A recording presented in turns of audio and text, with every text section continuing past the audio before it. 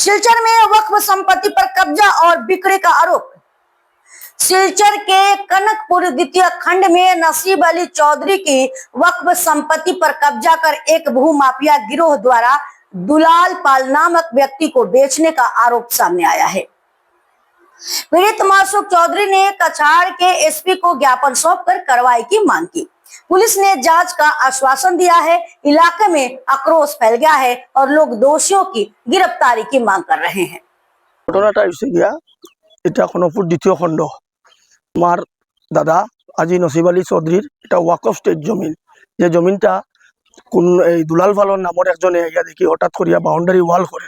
এটা আমার বাবা মাসুকুদ্দিন চৌধুরী, এখন বর্তমান টাইম এটার এই মানে জায়গার মালিক। বর্তমানে আমার দাদা তো গেছেন গিয়া, এটা প্রীতি সম্পত্তি, এখন আমার বাবার সম্পত্তি। এটা এখন এই বাবার সম্পত্তি তাইয়া দেখা যায় কিতা দুলাল ফালন নামের একজন মানুষ তাই নাইয়া এটার বাউন্ডারি ওয়াল টোয়াল করে। তখন আমরা বাধা দিই, তখন বাধা দেওয়ার কালে তাই আমরা কইছেন তাই তো এটা কিনছই, এটা কে বা কার কাছ থেকে কিনছেন সেটা আমরা জানা নাই। তার কারণে আমরা আজকে এসপি স্যারের কাছে গেছি। এসপি স্যারের কাছে গেছি, যাওয়ার পরে কইছি তানে একটা মেমোরেন্ডাম দিছি। তাই কইছেন এটা তো হয় বোর্ডের জায়গা নতুবা এটা তো মানে সরকারি জায়গা। এইটা সরকারি জায়গা কিরম ভাবে কি তোমার এটা হয়ে যায় সেটা তো আমরা জানা নাই। যার কারণে আমরা এটা স্যারের কাছে এই এসপি স্যারের কাছে বিনম্র অনুরোধ জানাই যাতে আমরা জায়গাটা জেলা আমরা পাই। আর এটারও আমরা সুবিচার চাই যাতে এটা গু মাফিয়ারা যারা যারা জড়িত আছে এই জমি নিয়ে মাফিয়াগিরি করে তারা সুবিচার চাই, তারা ধরার জন্য আহ্বান জানাই।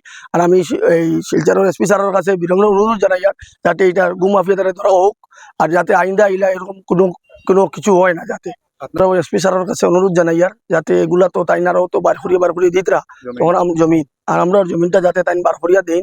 আর এটার এই গু মাফিয়ার বিরুদ্ধে এটা যাতে আইনি ব্যবস্থা নেওয়া হোক আর আমরা এই জমিনটা আমরা ফিরিয়ে দেওয়া হোক। 57-358 দাগ 147 নম্বর ফাট্টা। এটা আপনার ওয়াকফ সম্পত্তি? ওয়াকফ সম্পত্তি, প্রীতি সম্পত্তি, আমরা ওয়াকফ সম্পত্তি।